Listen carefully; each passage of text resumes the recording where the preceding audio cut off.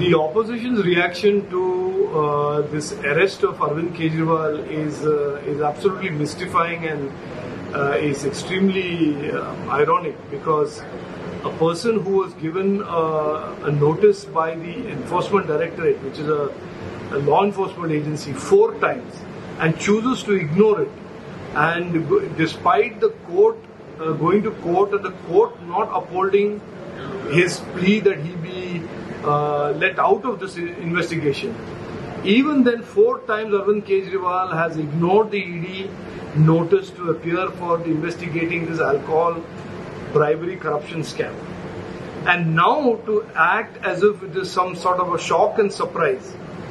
that the process of investigation into a corruption scam should not end up with his arrest when he is deliberately opposing the investigation, deliberately undermining the investigation, is, to say the least, a huge fault for a person like Arvind Kejriwal, who talked about the rule of law and talked about all this during the agitation with Anna Hazare. Arvind Kejriwal should understand, as should the congressmen, as should the India Alliance partners, that the law and the consequences of violating the law don't stop just because you are a politician or you're a political leader. Every Indian today is subject to the same laws.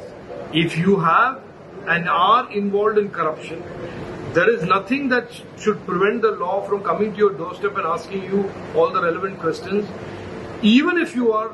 Arvind Kejriwal or even if you are any big politician in the India Alliance. So this is all a big national political drama that has been created by the India Alliance partners. Many of them are enmeshed in corruption, and when Arvind Kejriwal, the so-called poster boy on the fight of corruption against corruption many years ago, is now firmly named in a corruption scam involving alcohol licenses in Delhi, he should be cooperating with the law enforcement agencies instead of trying to run away from the investigation. And the consequences of trying to run away from the investigation is an arrest. That is the natural consequence of trying to hide and run from an investigation.